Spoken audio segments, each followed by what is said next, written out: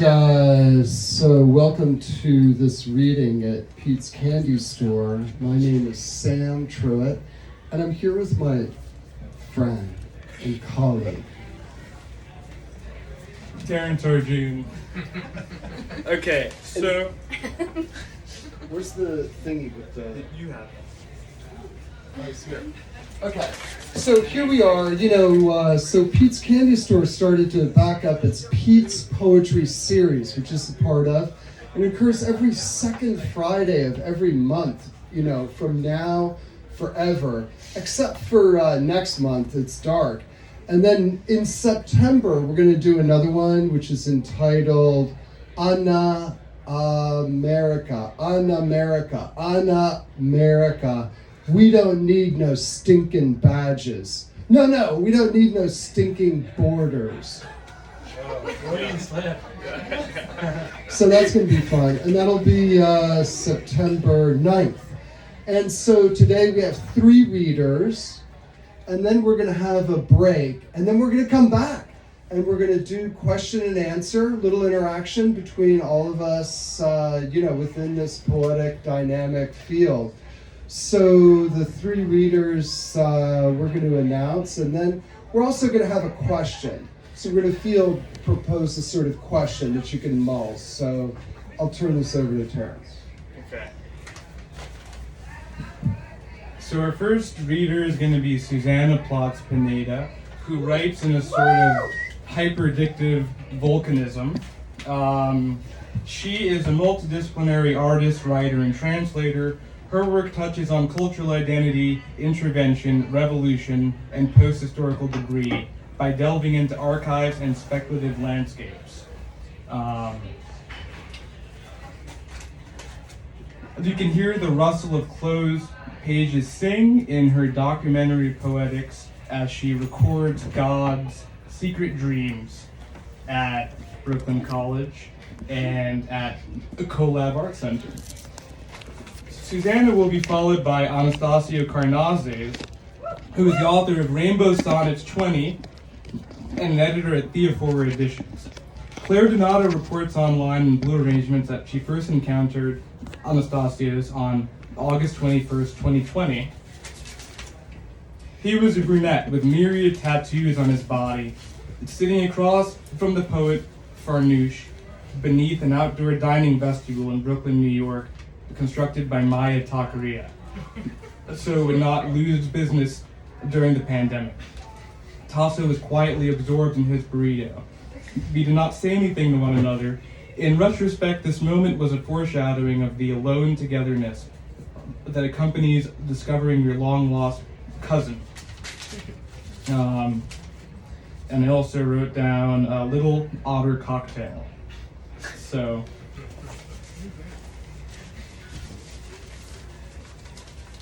all good things end with a cocktail.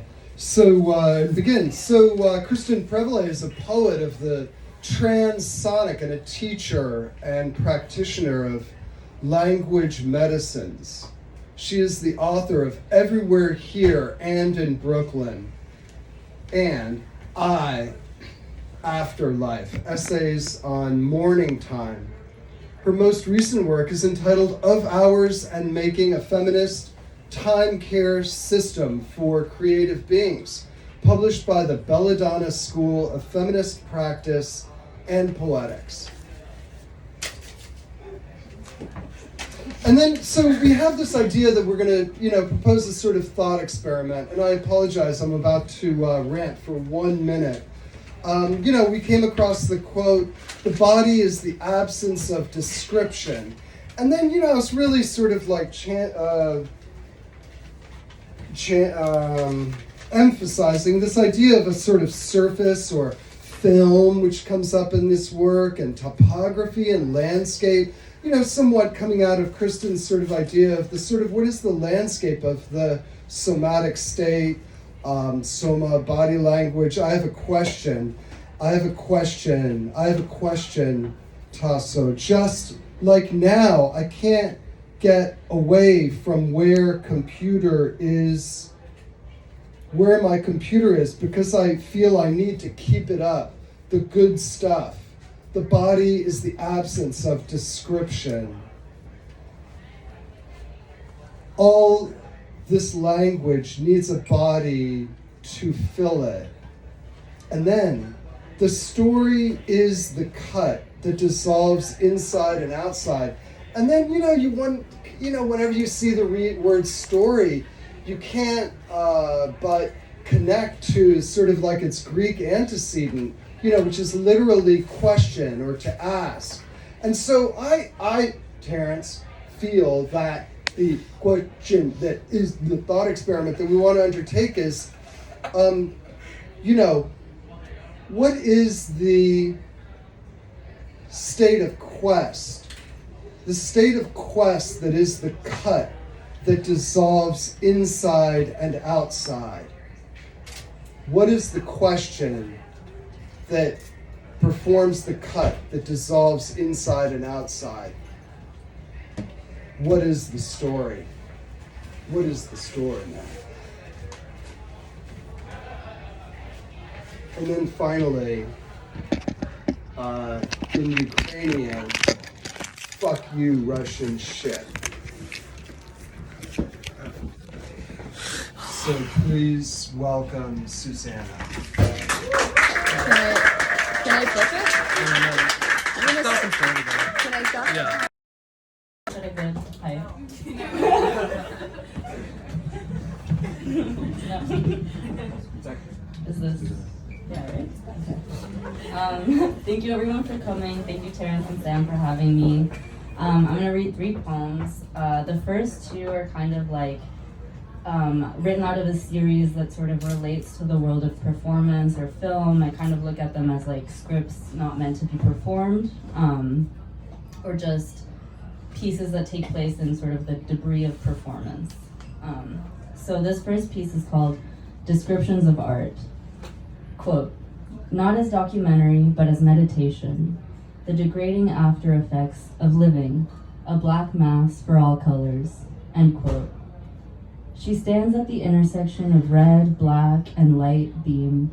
The twinkling signs and show posters secrete like a backroom cornucopia. It's fasting season, distinctly two-dimensional. The streets are a haven of emptiness. No one lives here, no one ever has. In the roulette graveyard of desire, the flesh is absent from its plaster. Consume on silken fangs. If street cleaner were to enter here, he should do so only as suggestion of presence, holographic mirage, remnant of early illusion theater. It is important that you transmute into a place where you are not so contoured, as the body is the absence of description. Hey little lady, who told you you could be here? You seem a little lost. Did you end up here by accident? I've been here for 700 years and I've never seen someone so beautiful. They don't make them like you anymore. They graft you onto posters. All we have is reproduction. But the girl is mute. The street cleaner is spellbound. Long, flaxen, heavy, nimble, swift, breast, clean, shiny, surface, odorless desire. The lightboard operator is bored. The next cue shovels her sightless. Imagine a part 2. A voice seeps through the screen because the screen is blind. The dancers are in the back room at the intersection of black and white. The artist muse looks out the window, and in the film, the walls are ether. The beautiful Russian cinematographer is like an angel. Her skin in the program is the encoded secret of the world. Spectral coral reef seduction. Her lips parted in prayer, her eyes black holes of meaning. Imagine her dreaming. It is so kind of her to let us into her dreams. The dancers are jealous. They fly between frames, their limber limbs encode the secret into permanence. Subsisting on tuna sandwiches, they do their job so gracefully. But even so, they cannot dictate the flash Earth's tilting dance into wallpaper space, as they are birds, only a function of the beautiful Russian cinematographer and her black wells of dream. Subsisting on poverty, she does her job so masterfully. The voice trails after the patrons once the film is gone. The audience is never disappointed. They leave the theater in a hush. They are overtaken by a sudden sense of clarity. Not so many nights like this anymore. They vibrate with new knowing against the silver counters. They kiss each other more passionately. They glisten, fresh with awe, awash with sight. What truth, what beauty. To make films is to record God's secret dreams. They exclaim into their Rubens. They make love to early night. The voice lingers by the diner window, trying to swallow its glow. This next one is called Backdrop UFO. Listen, it's a play about aliens, and it begins in a small nowhere town, and this can simply be suggested by a miniature tin warehouse and a roadside sign and maybe a bucket of sand. The sky a swath of tulle or neon. We can begin to see how all of the elements work together. You know, I heard about that man, and not long ago actually, who disappeared into his radio, right into his own song, UFO. Must have been a sadness, but the crazy thing is, they couldn't find his car either. When you begin to look out into the expanse, it all becomes about your own fear. The night's the shifting halftime behind your own ears. You can't help but populate it. In any case, the animal is a black desert dog, and he has the same face as the backdrop, and he is lurking, always. Anyway, it's not really about aliens, actually. It's about the dog and past lives meaning current sorrow. It's about you and me. Although really it's about my own dead father. He drowned in a basement next to a telephone he made himself. Nobody knows how. The room was small, wood-paneled, with a bulb overhead that had been switched on for decades, emitting a high-pitched whisper. When they opened him up, his lungs were full of sand, and there were cracked bits of baby blue shell in them. In any case, it's easy to forget that I'm in a city now, where when it gets dark, it's the same as everywhere else, except here there is comfort in the flatness of the panels. So this last piece is a little longer, and it's like comes out of a series that I've been writing that is sort of speculative and based on like certain geopolitical conflicts in Latin America, mainly Colombia, but it's in a sort of non-specified place. Does anybody have like water that I could drink from? Thank you.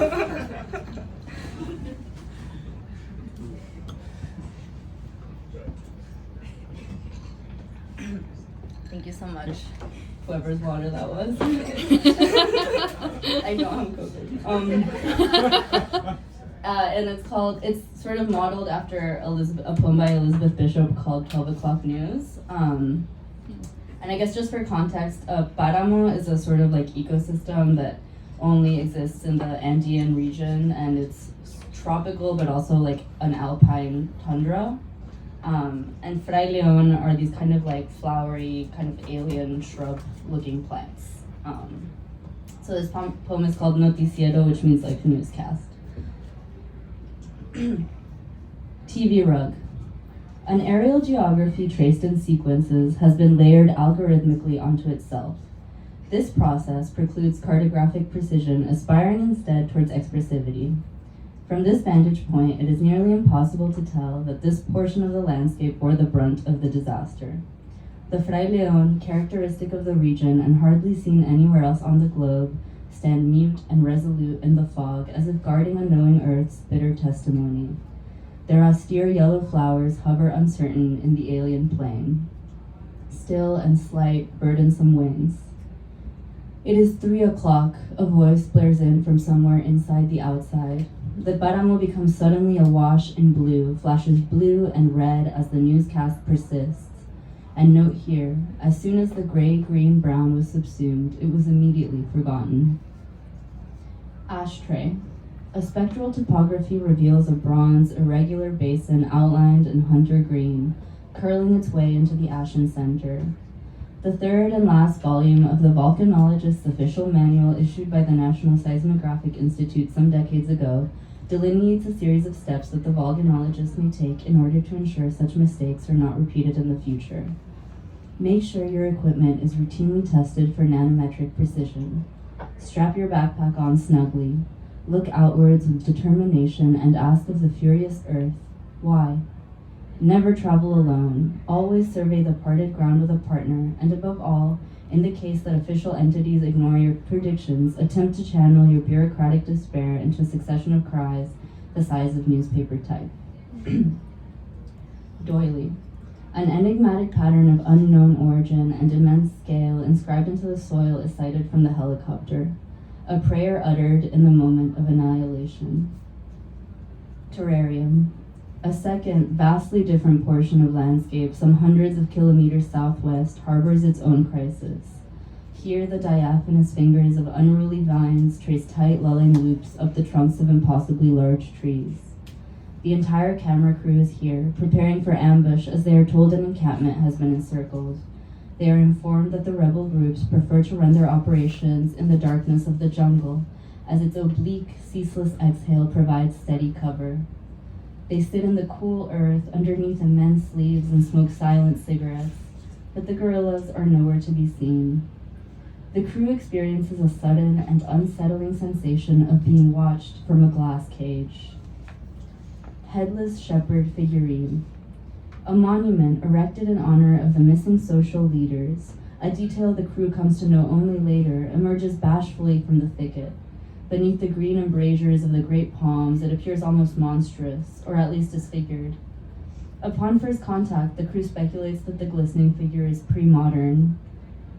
Upon inspection, however, they discover that the material is marble. They find that not only is the statue largely intact beneath the concentric embrace of parasitic vines, but also relatively contemporary, as is indicated by the plaque at its base. For a few moments, the crew simultaneously halts its activities to take in the sudden hush all around. Deep in the soil, a million glowing bones turn and turn beneath the carcass of the moon. Fly on the wall. To trace the entirety of the territory, frequent aerial reconnaissance is necessary. In addition to aforementioned volcanic ridges, subtropical forests, and paramos, there are vast purple deserts, oceans, coasts, lagoons, and the sprawling steel crosshatch of former cities. Beyond the spectacular natural diversity, which of course begs consideration in its own right, there is the real possibility of yet unnoticed guerrilla activity.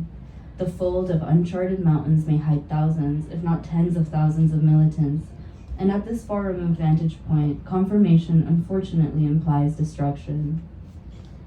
Settee. It is the first thing that strikes the eye as one approaches the deserted plaza. The camera crew has been able to conclude with near certainty that the immense structure composed of 3 columned rectangles constitutes the country's now defunct Palace of Justice. It stands stark, angular, and defiant in the cradle of the mountains and in the embrace of their forever fog. The brute and formidable gesture towards modernity broods in stark contrast to the Baroque remnants of the cathedral on the adjacent and southern side of the immense Zócalo.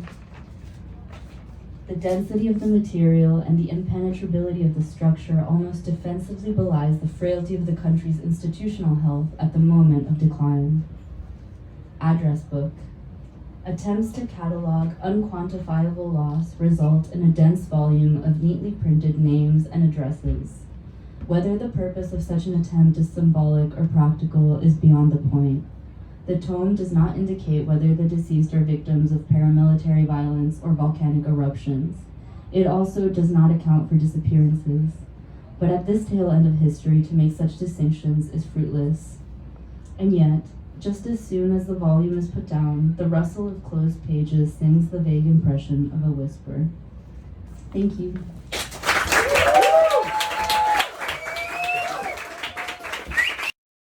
Also, thank you, Terrence and Sam, and for inviting me to Pete's Candy Shop.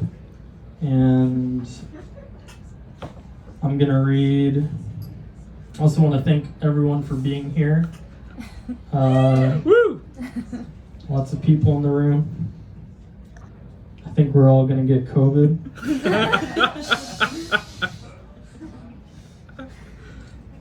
Actually, could everyone? They didn't check at the door, so could everyone take out their vaccine cards right now? I'll take out mine to begin with, so that I can start. I just want to verify that everyone's vaccinated.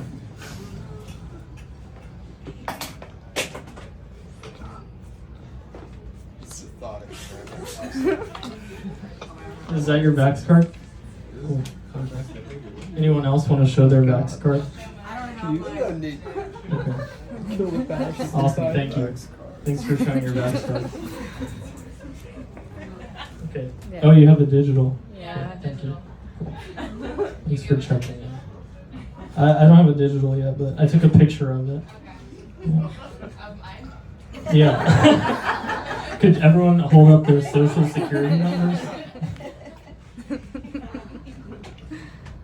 So I'm gonna read a long-ish poem.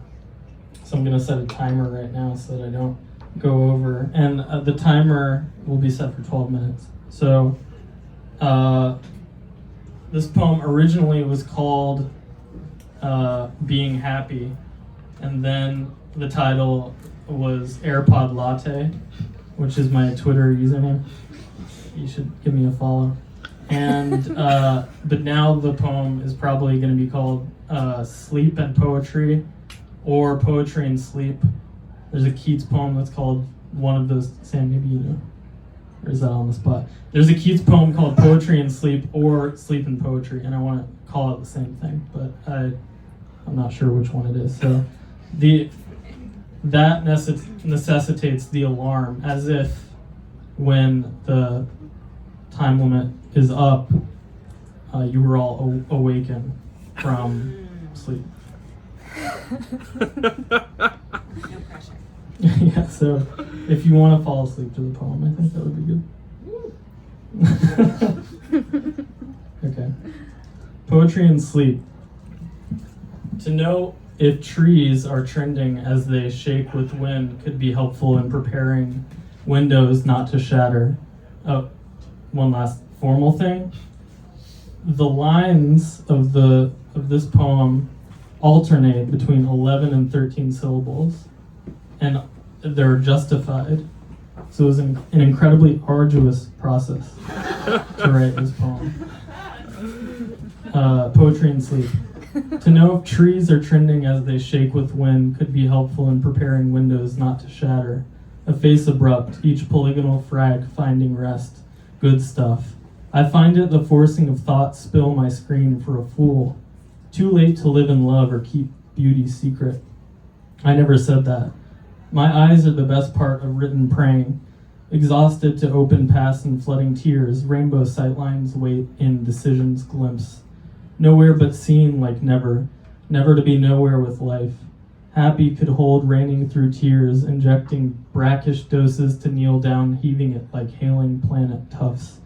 I meant skies forget, right, escape, perfect word shy, and influence dreams escape away.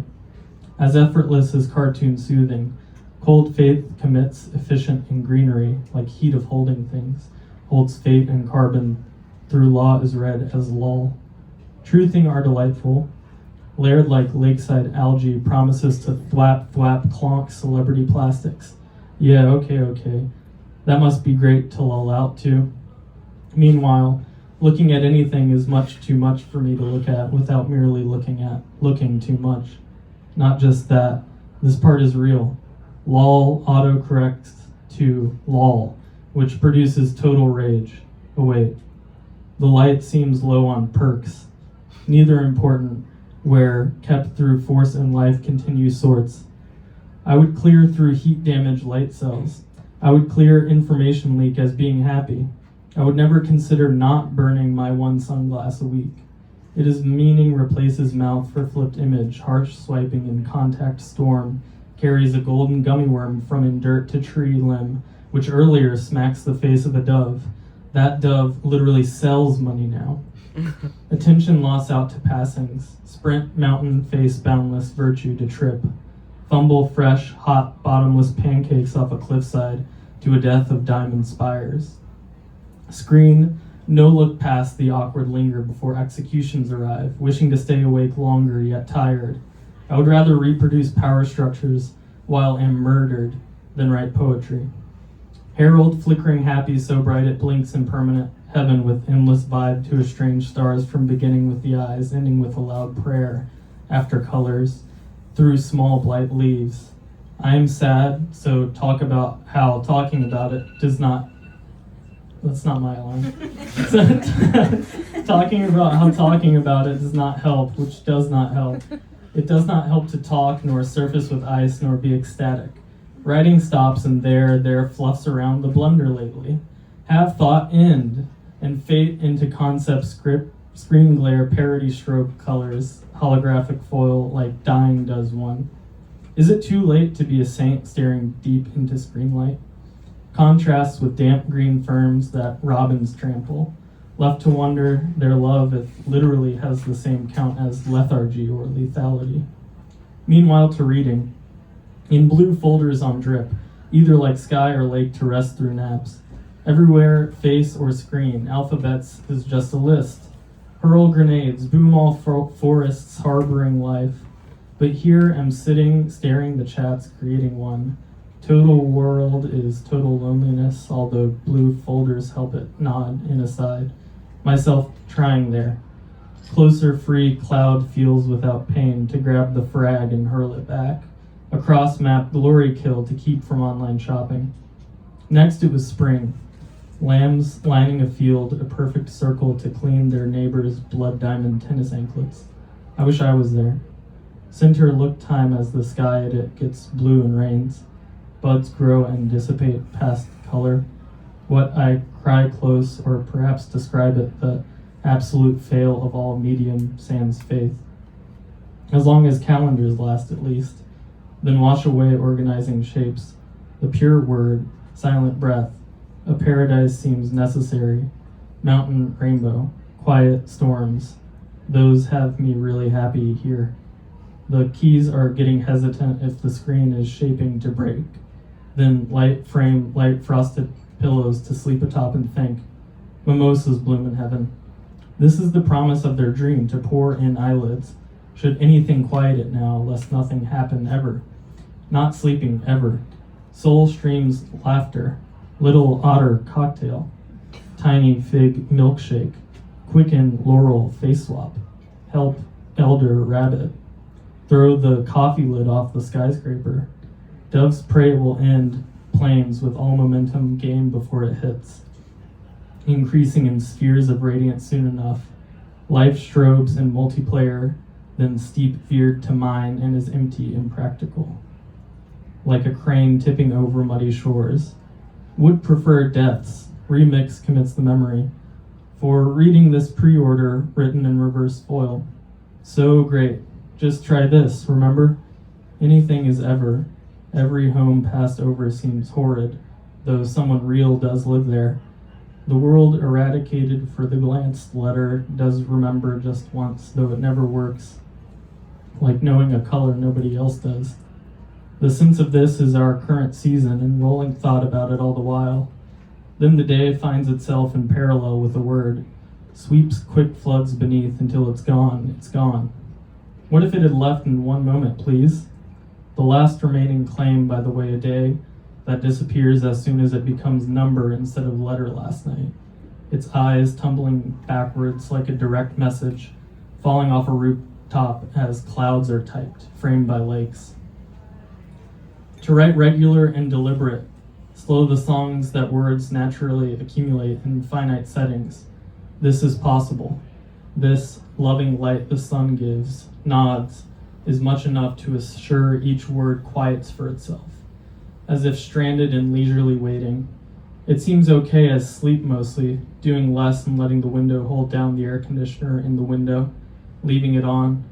But still, sleep is pretty scary. Lol. And scary is sad too, as in it feels sad to be scared of sleeping.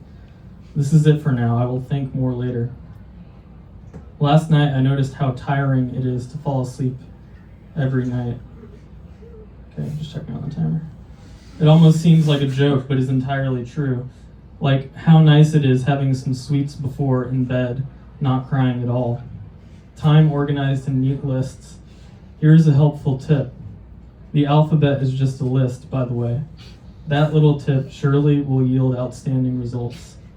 Yet an alphabet continues typing itself, iterates regardless of whether a given user is asleep. A time asleep could just as easily end unnoticed. The absolute faces itself as its faith drains.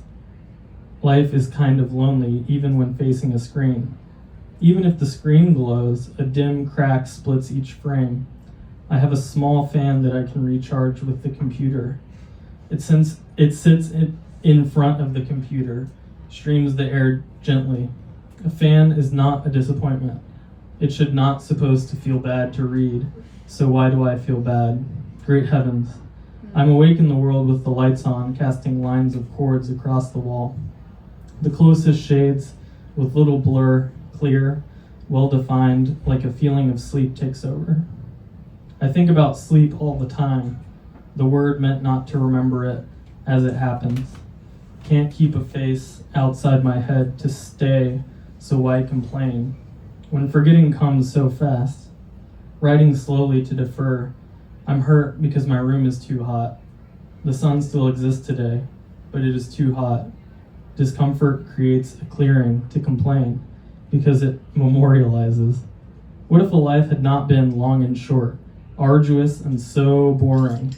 The screen cuts off even though it's on, so I learn. I turn it off and then back on. Often as I'm resting, I still can't do sleep. The sound of something shattered has me charged to check the door, like document my being tired, even happy barely there. I keep writing on a black and gray plastic USB. That way I can work on it anywhere, on any computer it works on. The phone on my desk is warm from being charged. I am tired while I am awake, the last hour of being tired of it, if that makes sense. Already another day prepares itself to lie down then die, although I leave a lot out. I do not like to be in bed, though I do not think I'll leave. Writing accusations with no real basis, and doing nothing happens. The pillow is full of feathers. No. The blanket waves when I kick it from my face, so I am there at my seat. My hidden face hurts from concern. I must be honest. Simply, swiftly, the pillow bends all back under itself, pauses, then flings out. Wait, I will make a claim for sleep. No matter. The I can't sleep, I have the sad on. What's wrong with this not sleeping if in bed? During the day I meet the kind of writing nobody is behind, so it is beautiful. Then as the day spreads thin, I find I'm the one coping out, never allowing myself a begin of management for no real reason. Here is walking into myself on my phone. This gentle light. Here is an idea about an end of the day. There's literally nothing that's not directly in front of me. Sunlight wills appearance at the moment what is known as ending, definitively. Therein this claim is set as never ending. Sleep has happens. I have a question. Will I give up forgiving myself for wasting all, if not more, of my time? Like just now I can't get away from my desk where my computer is, because I feel I need to keep it up, the good stuff. I am sleeping in life, so convinced what's happening wants me to cooperate in self. Bye-bye. What am I supposed to memory of all this? Bonk. The poetry is really only harming eyes, which is a nice bit to write and arrive at the same time. I'd like to animate it more, but can't figure that out. The bed is a screen I sleep in on regularly, not dreaming. Though waking up often as I do, I'd rather be honest. Oh, can you hear that? It's not loud enough. Okay, wait, let me do this again. Yeah, I want to wake up. Yeah, okay. I'll set it for 2 seconds. Okay.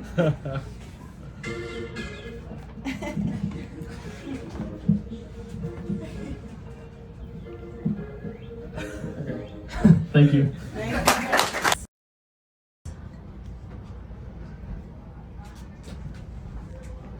What are the subtle but measurable effects of thought on the body? How is it that just thinking about a fish swimming slowly in deep water can lower a heart rate and effectively redirect a rage?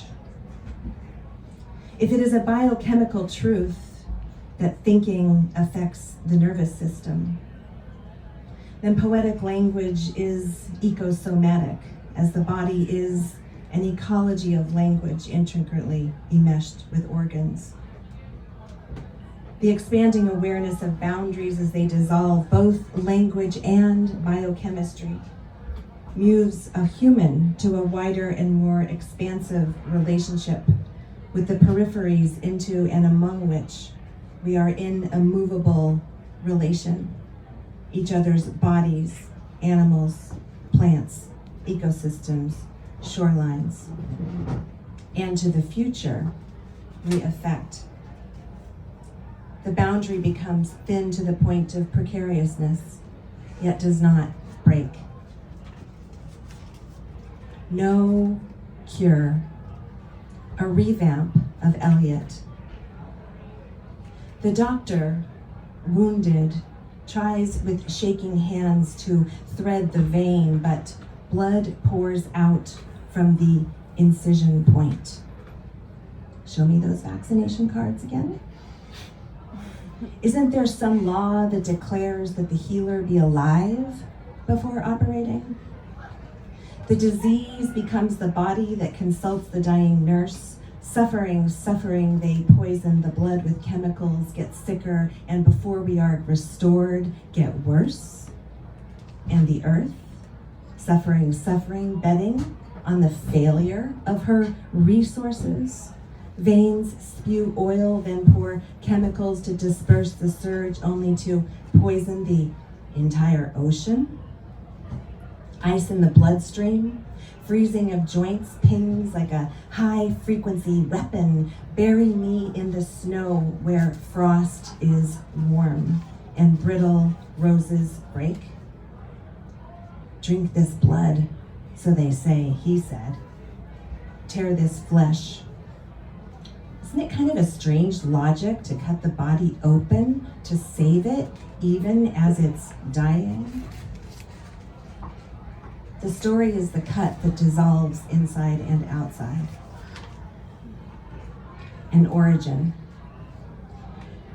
New woe who they man emerges when night falls into a lake that is no longer a lake, but a hole in the ground where the water used to be. Alone find the rocks and let them speak their gravelly speech, muffled, sounding almost like a sound. Rock is a spinning, space-bound one, it hums, almost as if nothing could say it better. Your troubles are of the earth, silence is of the sky, aloneness is only a story, it is at the edge of this place. How far down goes the hole but doesn't want to tell that story? It's not the one that needs to be told, how it ended belly up here on the tarp, overlooking a dam, not in a body rather, just the night that was the night from which it came, into sounds of the stone, feeling heat from the anima mundi at the center of the earth. The psychiatrist told her he was psychoanalytically trained in the Freudian school. Misunderstandings developed at once. Sexfully. I come this way with them. Coming twice every time I can talk quite freely, I cannot talk quite straightly. Quite often they return my call. They always call eventually. They think I will continue to desire them, but I'm leaving. I'll never leave. I'll leave them before they leave me, never leave me. I sum in total of 3, worm, bucket, and cone. They sum in total of 3 plus, solids, boat, shell, and board. They pound, release, move dangerously toward rock. I take it. They steals my speech and offers no reassurance to ever restore my pronoun. They releases speech and is very reassuring. They conflict all the stories I've ever been told. All the stories I've ever told them are true except one. When I leave, it will be on a Thursday, not unlike today, Thursday walking. When I leave, it will be the waters that will flow backwards into consciousness and forwards into flight. When I leave, it will be a day not unlike today when they are gone. I should leave them, but not today. Today the waters sprout from the anima mundi, magna, centermost layer of the earth. They are block and unblock, veil and flesh, an open and then a closed system. I try to resist cliche. I control it, and here's how. I lift my uterine muscle, and then I let it go. I do this repeatedly through breathing. They press tongues. They fold me, and then I let them go. A poet asks everyone in the room to practice a border blur.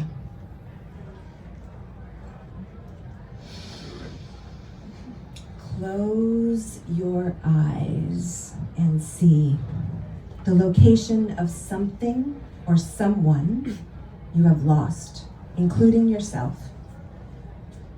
Remove all nouns from the vision.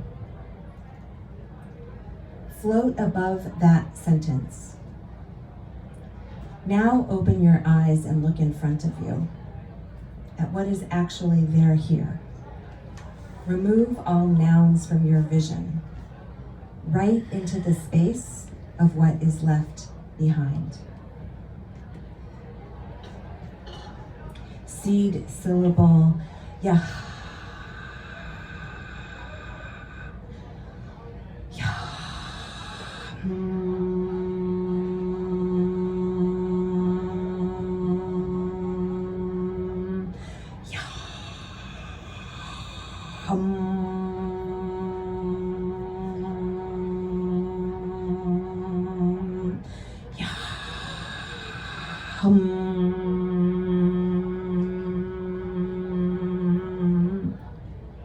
Who, if I cried out, would hear me among the angels' hierarchies, and even if one of them pressed me suddenly against his heart?